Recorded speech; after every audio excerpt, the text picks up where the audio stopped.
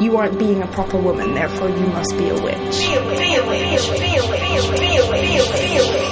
You must be a witch. Happy Lammas! Lammastide, everyone. We're here. We're at this strange tipping point in the summer, in COVID times. Yeah, it's one of those halfway between Sabbats, and nobody can really make any future plans. So it does everything sort of seems like a halfway point, for sure. Yeah, that's why we wanted to do one of these episodes where Amy and I just hang out and talk. We're Lammas. Just because, I don't know. I feel a bit lost and adrift. Like I have these really high days and these really low days. And I just need to wrap my virtual arms around you and all of you and just be with you on this strange tipping point, I think. Yeah, thank you so much to the Missing Witches Coven for joining us today. As we love you guys. How have you been staying sane this summer, Risa? There's definitely the enormous gift of the woods and the lake. For me, swimming deep down into the lake as far as I can go with my eyes open where it's really cold is something that draws me out of my fear and anxiety and my computer and my work week and all my thoughts. And so that's been a big sanity keeper, and getting my hands dirty with the kiddo in the garden and her excitement about things growing. All that stuff is helpful. But it's hard, man. It's hard out there. This is hard times. I mean, I don't think we started this podcast to be bullshit gurus with pretending to have answers we don't actually have. This is just fucking hard. This is crazy. Yeah. I think the only answer right now is just keep going, for sure. Yeah. Just keep going. How are you doing, Amy? How are you finding calm in this? I guess, I don't know about calm, but definitely purpose. Doing the podcast has really helped me to keep it together. Talking to people who really have something to say right now. Again, we're super lucky. It just so happened that we just happened to be in the woods when, 2020 came and started its business. So for me, just talking to people who are experiencing a different reality than I am is definitely helping me to keep it together, Yeah. Do you have any strong Lammas memories from other years? Is this a time for you? No, yeah, I think you're the big Lammas girl in the family for sure. For me, I mean, my birthday is also in August, so for me, Lammas always gets a little bit overshadowed by, me making my own birthday plans or whatever I'm fantasizing about that month. It's sort of more about me turning whatever age and, having some self-reflection. I was going to say, I just turned 40. I don't think I've even made any space for self-reflection. I feel a little bit, there's a part of me that's maybe the crab in my chart or whatever that is just fully curled up in the dark, in the corner, in the rocks, working really hard, but really tunneled in, Yeah. And so 40, that's a big one. That's the big one, maybe even, right? I mean, symbolically, we all know that everyone grows in their own mysterious ways and on their own mysterious timelines. But 40 is kind of, I feel it's the big one. So how is that? Well, I feel I put away before this, I put away feelings of needing to have done things at a certain time. So I didn't get hit with that so much this year. And also because, the things that for me had loomed large in previous years, getting to the woods, finding a true friend, partner, and having my daughter, those things happened. So now I'm that panic that was in me before of these things that I knew for me, I was like needing in my life. They were on my path and my radar and my wave or whatever. Like those things have finally all hit. So I'm like safer than I've ever been. And then also like more scared than I've ever been because there's so much more to lose and everything is so much more dangerous. So yeah, I don't think I really processed 40 in the sense of like an age in the way that I have before, where I was like, oh no, 35, oh no, 30, I got to do the things. But Lammas is definitely one for me. I mean, we've talked about it before, and it's in the book that we've told you guys is coming, a little bit more of that story for me of like one of the big moments of magic in my life was that Lammas bonfire and the sort of unleashing that came after. But I remember that like 2 years later, after sort of escaping a con man and lighting some of his shit on fire and all of that ritual, 2 years later, I was like, you know, I had taken maize, like the placenta that I had frozen after I gave birth to her, out of the freezer and buried it in the garden, a Lammastide, like 2 or 3 years after that like moment of being so destroyed and making a fire that I really feel like set me free. So it's funny that those moments on my life are both at this moment. Yeah. And so what's your plan for this, Lammas?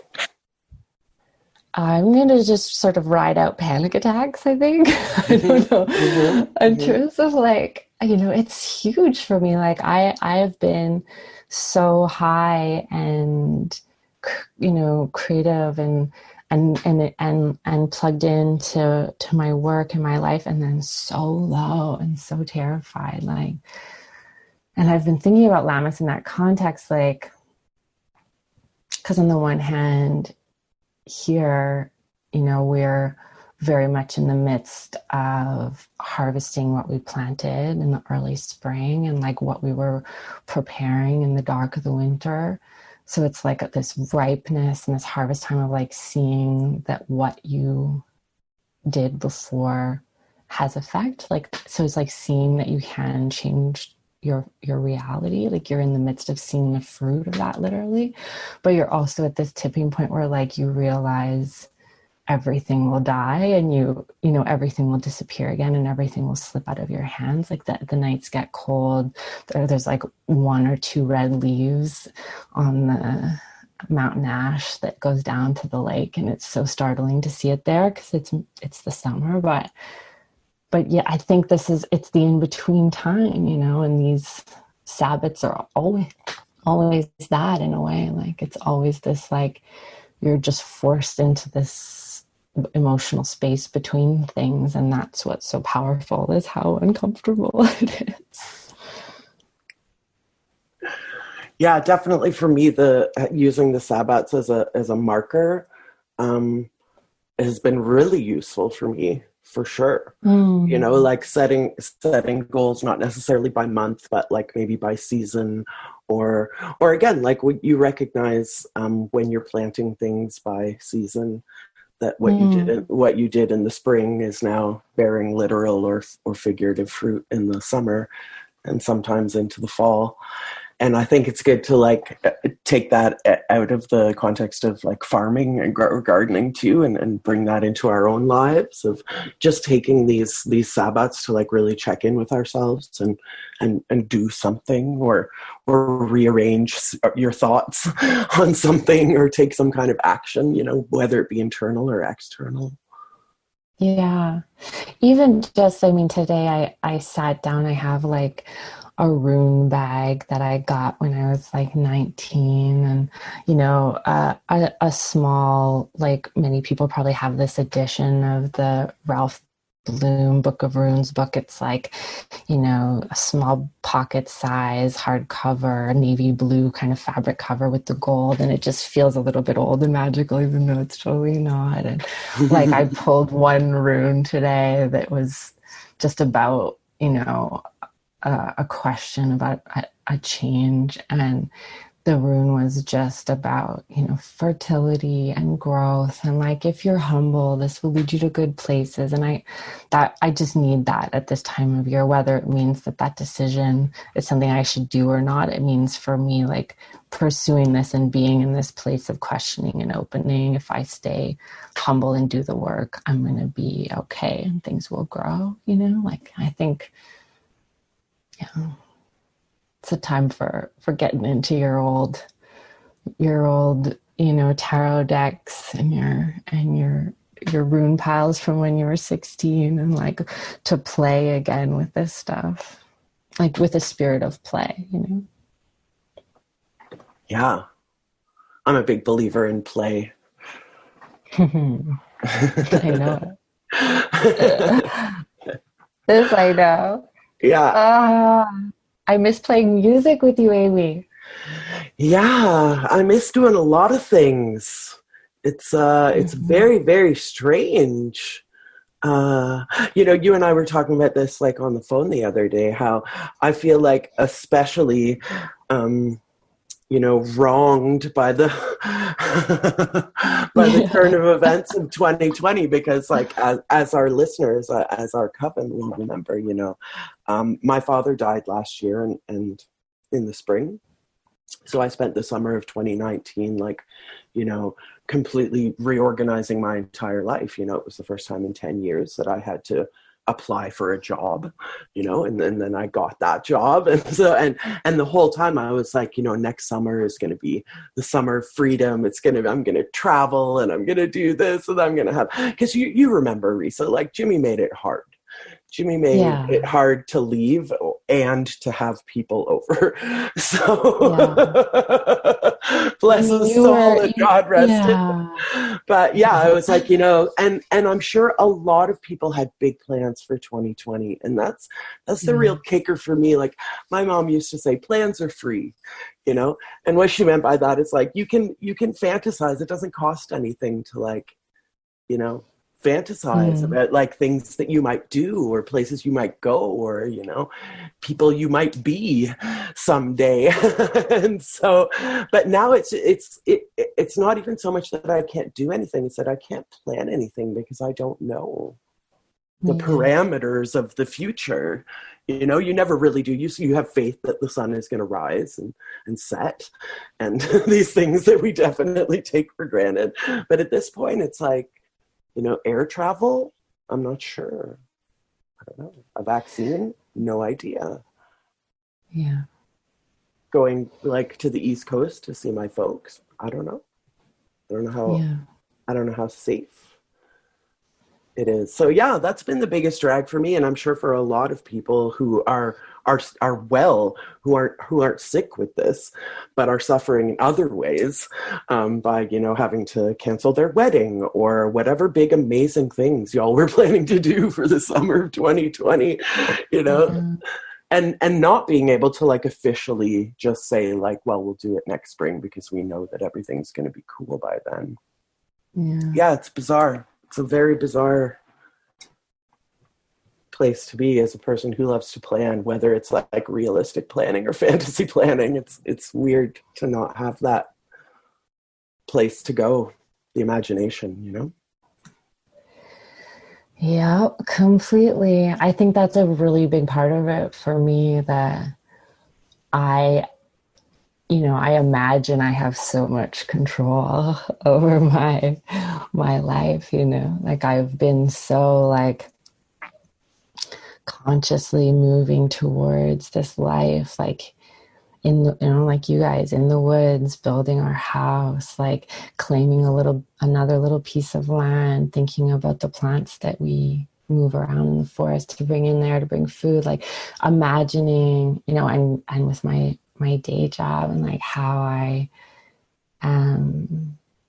I believe in like how we can build community, like all of that stuff is just a huge question mark. And I have to really try to sit with the knowledge that it's always been like this. Like just because I felt like I had control before doesn't mean I did, that like I have to sit with this, like what's it called in sports when someone hits you really hard? Football, you know. But like, I Like have to sit with this when you feeling. get sacked. I think Sure. sacked, I want to say. Yeah. Yeah.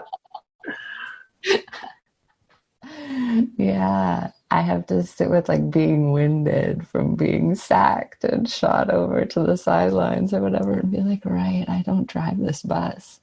I can shape things, but this is a big bus. Yeah. It's a really big bus.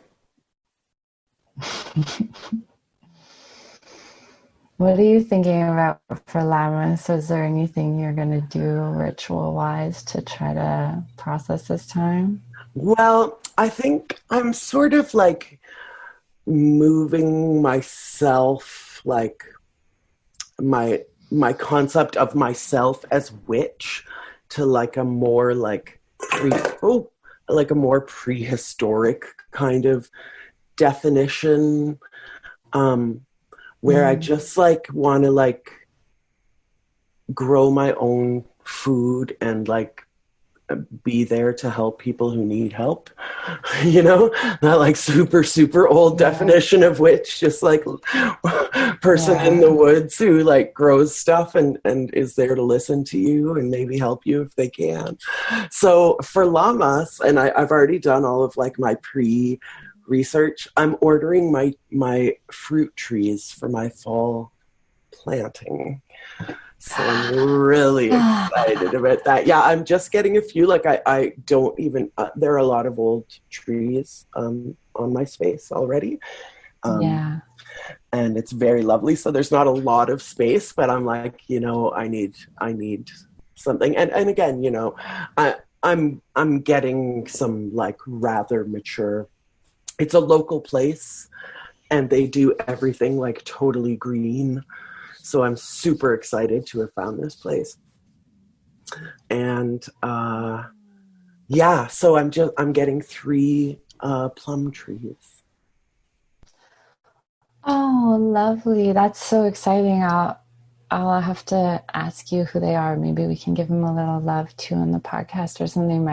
We want to put we want to build up one of the sort of woods barriers on the side of the house with apple trees and sugar maples. Mm-hmm. So we've been sort of dreaming about that fall planting over here. And It's been so lovely actually, because when I got this place, the front hill that goes down to the house on one side that goes down to the lake had all been dug up so that they could do some work on the foundation of the house. And it was just like kind of a sand pit on that side. And Mark and I over years now have like brought in soil and made kind of layers with rocks and, you know, got all of these local pollinators from seed, and they were tiny little guys. And now this bank is wild with flowers, like you're really starting to see. And the bushes are like, you know, at my chest height, the ones that are these flowering bushes along the top. And like, the blueberry gave like 6 blueberries this year, you know, like you're starting to see the work flourish. Yeah, it was really lovely. Yeah. I just like, you know, and part of it is because, you know, that I'm like a barefoot type. I like to get dirt under my fingernails. But the opposite part of it is that I'm a cynical bitch who grew up in the 80s and I don't fucking trust nobody. So at this point, I'm like, I have to grow my own food. Like I don't trust the system, the wretched, disgusting system that I use to support my life is going to hold out. Like I pray that it falls apart in many ways, but I want to be ready, you know, not just because I'm like full of love and hope, but because I'm like terrified that the whole food system is going to fall apart, you know. Like there's a rather radical group that I follow called Black Hammer, and one of them was saying like the revolution is like don't get sick and grow your own food. And that really resonated with me, like, because they were talking about people sending their kids back to school because financially they didn't have any choice. And so, schools opening literally just so parents don't have an excuse to not go back to work, to just keep that like capitalist meat wheel grinding out the sausages of our existential dread. How did I get here? Happy Lammas, everybody. Once I say sausages of existential dread, it's time to cut me off. Like, that's when you stop me, okay? No, I was with you. I was on that ride with you from like plum trees to sausages and bread. I was the whole way. That's what it is right now. Yeah. It's so funny that you started this episode like clapping and saying something about like we're on the waves or something now, because that is what I feel like my life is now more than ever. It's like very extreme waves from like minute to minute of hope and terror, or like hands in the dirt giggling with the kid swimming in the lake, to like just crumpled crying, like scared that any decision I make is gonna kill my grandmother who's living with me, or I mean, and that's everyone. Like I feel all of our listeners like present with this degrees of this feeling of like maybe there's something to be hopeful for in moments of like incredible kindness and beauty, and then like what the fuck, terror or sausages of dread. Yeah. I mean, I've been pretty open about my like, struggles with mental health throughout this whole endeavor. So our listeners probably know that like that is like my baseline of operation. So now I've gone into this like other place that I haven't been in before. I was telling you the other day, Risa, though, that it's manifested in cleaning, which has never really been like one of my symptoms before. So I'm really happy and feeling really good to be in a clean house. That feels really nice. An incredible gift. Yeah, a gift that you have given yourself. Yeah, through anxiety, illness. Great job. But like anxiety.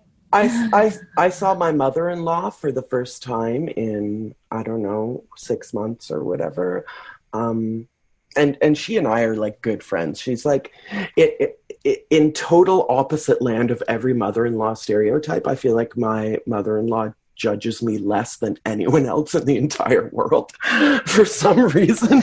Yeah. She just like thinks I'm the coolest. She's a beautiful angel. It'll never be erased in my mind, seeing when we did our live show in the church, and we closed with that sort of adapted ritual from Anna Halpern, where I was asking people to like get consent from the person next to them to feel their heartbeat, and then tap each other's heartbeat. And your husband and his mother, like arms wrapped around each other, eyes closed, smiling, like tapping their heartbeat on each other's shoulder, but also just like so, I don't know, she was just so pleasant in that moment. Yeah, like I don't know. Yeah, she's a good sport, and you have to have a sense of humor if you're going to welcome me into your family, for sure. But she's also definitely a closeted witch. Like I think I've talked about this before, maybe where like we'll leave her to dog sit, and I'll come home and she will have like collected a pile of acorns and like put them in a goblet, or like a bundle of like this particular kind of reed, and like made them into like a very witchy bundle and like leaned them against the shed. So I feel like she's always leaving me these little like these, and she of course, and I say you're a little witch, and then she giggles. She's a good Christian woman.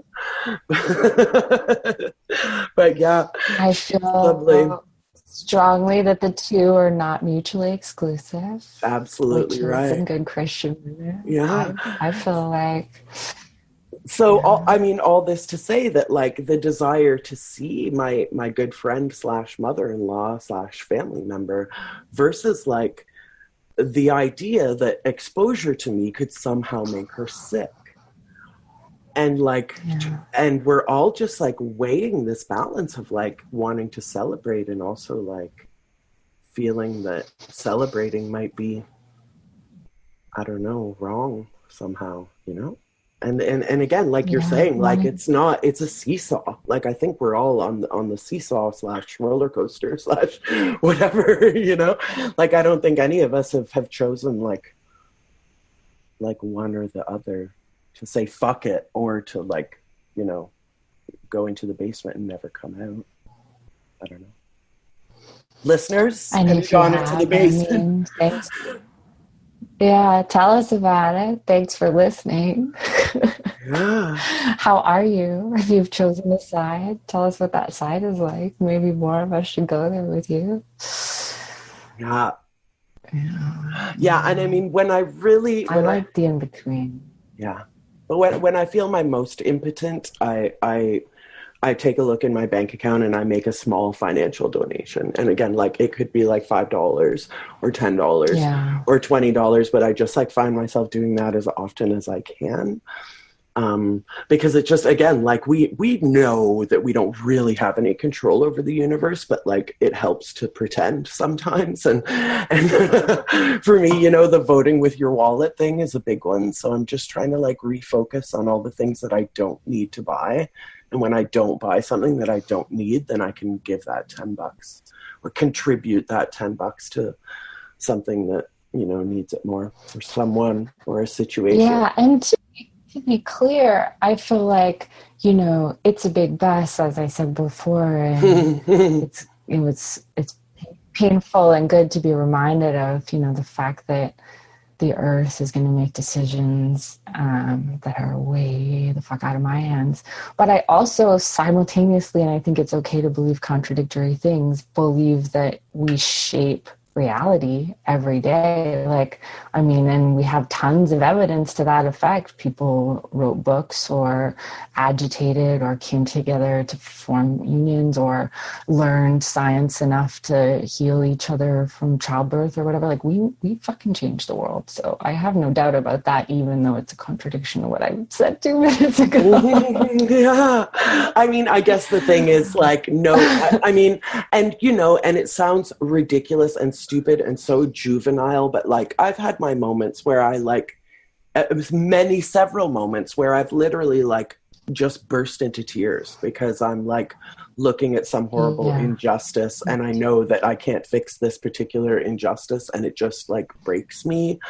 Totally. But I think the thing is that, and that's like, that's daily under regular circumstances. Yeah, and now it's even shot to the stomach. But I think that maybe the thing is to remember is that like, you know, no one person can. That's correct. You know, no one person is going to fix everything. But if everybody, it's so hard to say everybody because everything is so polarized right now. Like you want to be able to say everybody wants to da-da-da. And it's like, I'm like, not everybody does, it seems like. You know, like everybody wants to live in peace and harmony with all races, creeds, colors, genders. No, not everybody wants to. And that's the real mind blower is that we can't even just say like, everybody wants everybody to be happy. Yeah. That's the real kick in the dick. Is that we can't even say everybody just wants everybody else to be happy. We can't even say that in this moment because so much evidence to the contrary, you know? And capitalism has like reached its breaking point and we have all this evidence right now, but it's like people are just digging in. Like, yeah.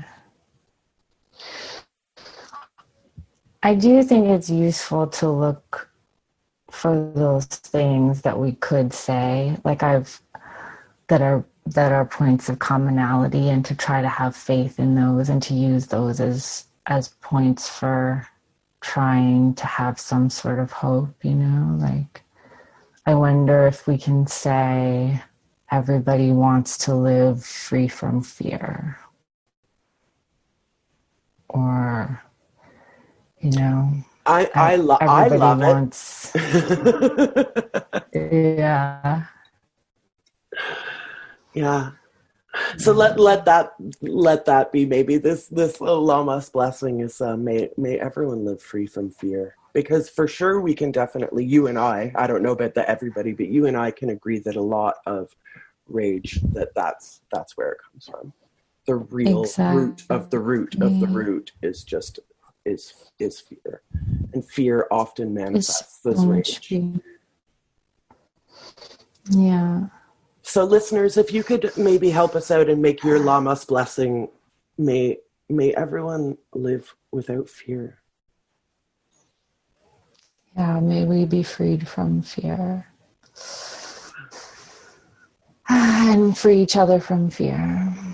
And behave in such a way as to not invoke fear or elicit fear from other people, to be mindful that what we do is absorbed by the people around us, Yeah. And to be so gentle and loving to the places in us where fear rules.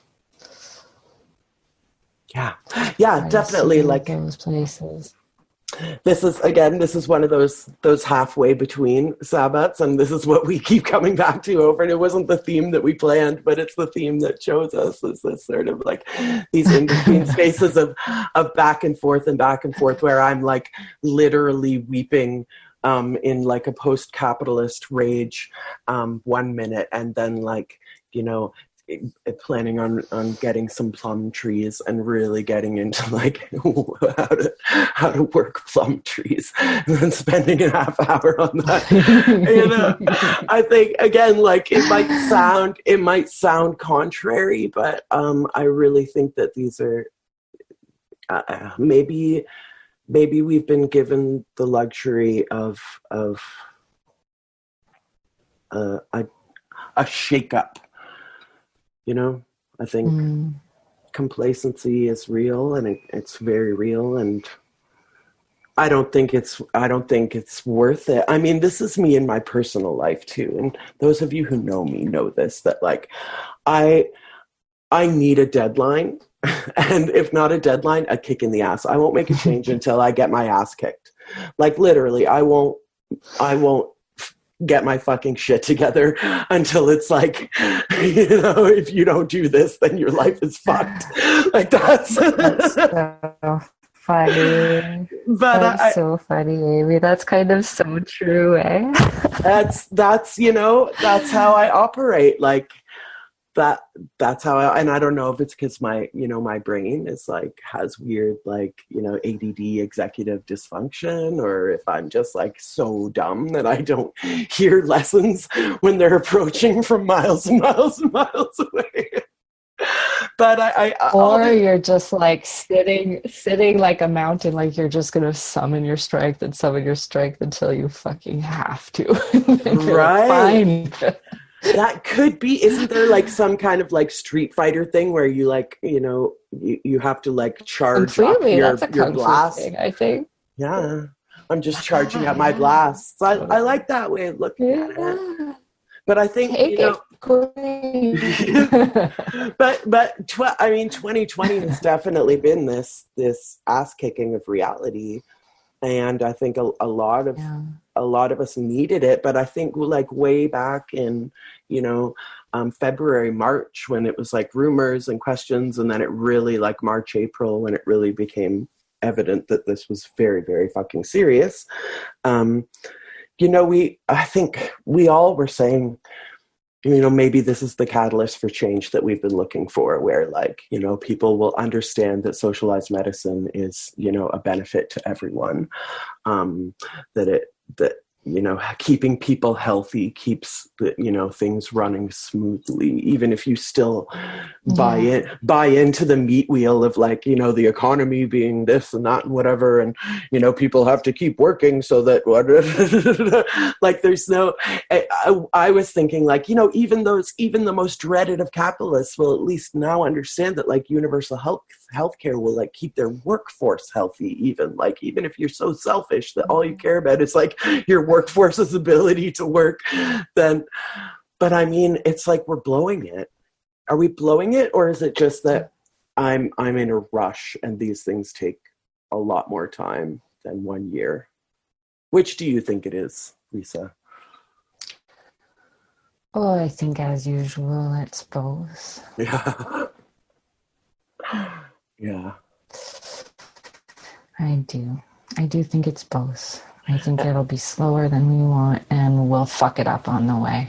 But it'll also still always be coming. But may we? But I'm wired like that, I'm wired for hope. That's I do personality tests and stuff, and I know that that's just part of in my wiring, that I really believe that it is always coming, that the peace and the flourishing and the joyful chaos of equality is coming. That's I have to have that. It's in my soup. Yeah. So I offer that to you, that bit of my unextinguishable soup. Yeah, because my soup tastes a bit more cynical than yours. So my method is usually just like I exercising my great capacity for joy in every possible moment, and those like moments where I'm like, it doesn't matter, I'm gonna whatever worst case scenario in whatever given situation, but like if there's like I can hear a bird singing, then like it's fine. See, this is the Lammas message that we didn't know was there, is what's in your unextinguishable soup that you can use right now, because it's already in you. Yeah, Risa's is hope. Mine is a capacity for joy. What's yours? I love that question. Yeah, tell us. We want to know. Yeah, because these are our superpowers. These are our magical powers, Some people like make people feel really comfortable, and some people are like disruptive, and both of those things are amazing. Yeah. Yeah, let's do that. Listeners, like for Lammas, in addition to living without fear, let's ask ourselves like, what's our superpower? What is it that makes us like so amazing and special? And like maybe it's your banana bread or something, like maybe like what's a part of your makeup that's getting you through right now? Like there's something fundamental to you that you're leaning on, and I think we're often inclined to criticize that part of ourselves because we are so intimate with it. But like, what is that thing? It might not always be something you're proud of, but there's something that is you are very capable of that you are doing now to survive. Let's give that some love. Yeah. Because once again, like sometimes all of the activism that you need to do is like staying alive and breathing in and out and putting one foot in front of the other. Sometimes that like you just existing, listeners, sometimes is like all the activism you need to do today.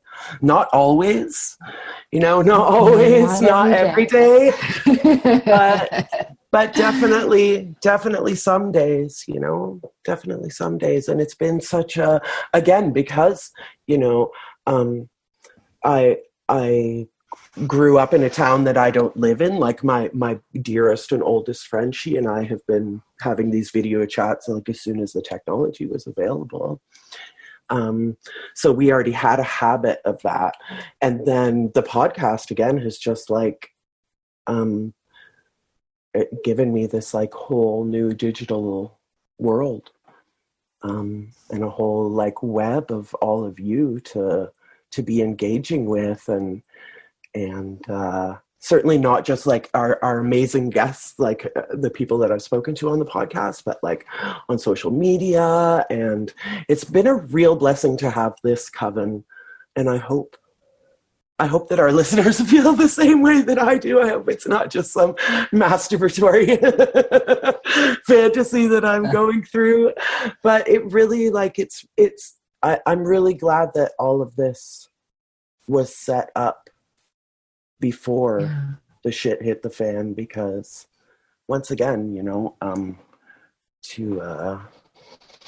anything, I'm like, if my father were still alive during this, I don't know if I could handle that. I think that would be officially too much. Like, so many things where it was like lucky, like, you know, so they're the bits and pieces that I'm grateful for, to have snatched bits of sanity out of the out of the alternate timeline where I'm like dealing with a pandemic and all of that, and also, you know, an old man with all of his fears. It would have been crazy. All the circles he was already going around. Yeah. But I think I think I told you that I like made his site a little more official, you know. When I buried his ashes, I reserved some because I still might have an art project in mind, you know.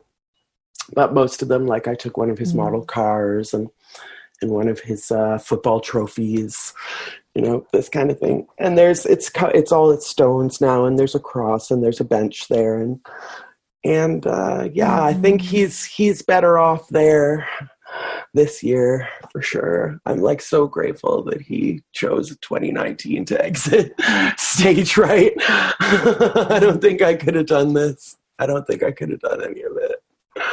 But again, we all say that. Like, how many times, again, listeners, Risa, listeners, how many times in your life have you said, I can't do this. I can't fucking do this. Yeah. And then you did it. For me, hundreds, thousands, possibly every day. Yeah. That's what I like about hiking, you know, when you go on like a couple of days hike, or like something that really pushes you, like that for me was always the best feeling of like carrying a heavy bag, walking through. Like the last one I did was in Yosemite, and sort of flowering mountain meadows, and half the mountain was on fire, so the sky was red and was thick with smoke, and just being like, I cannot do this. Like, I'm not going to be able to complete this trip at all. Like, I've misled the person I'm hiking with.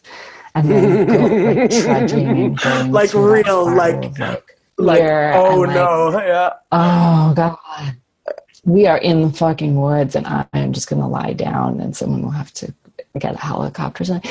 And then realizing that I've gone on this spiral of like self-loathing that took me like to things I was embarrassed about in high school and shit, because that's actually what fear is a sort of twist through my life and time.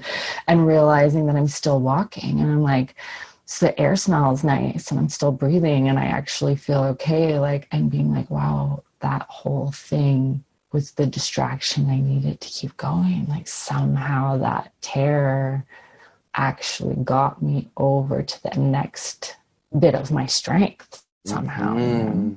Have you ever, like, somebody pissed you off, and so you were like, I'm out of here, and then you like walked home? Again, this is not something we do as adults, but like when you're younger, and it's like it takes you like 30 seconds to walk home because you're so angry. The whole time your mind's like, that fucking da da da da da da da da, and you don't even realize that you're going. Yeah. Hopefully that this is 2020. At least if we can like focus our anger and keep walking. Yeah. That's it. That's all I gotta do. Yeah. I mean, I think that might be the title of the episode. I'm not sure. Focus your anger and keep talking. It was that, or like capitalist sausages of terror. Those are the two strong for the episode. Yeah. I'll leave it to you. Like, listeners, I'm sure that you are like equally as lost as we are in your own special ways. Like some people are struggling financially, but like not like emotionally. And some people are struggling emotionally, but not really financially. Some people like are having a hard time dealing with their families. Some people are so lonely that they don't, like, all of us have different circumstances and we're all dealing with them in our own ways. And like, you know, if we can focus our anger and keep walking, that's literally, I feel like, all we can do. And again, like Lammas is a great symbol for this, because it is one of those halfway points, but it's also the point where we start to reap what we have sown, where we can say, like, this is the life that I made. These are the choices that I made, and this is the fruit that they have either borne or not borne. And then start to, you know, replan, make a change, you know, focus your anger and keep walking. Yeah, with that, I think I love you and leave you. What can you say? Nothing else to say. Just focus your anger and keep walking. That's all I'm going to try to do. And then how about this? Focus your anger and keep walking, then focus your love and run. How about that? Yeah, okay, one more time. Focus your anger and keep walking, then focus your love and run. You got this, witches.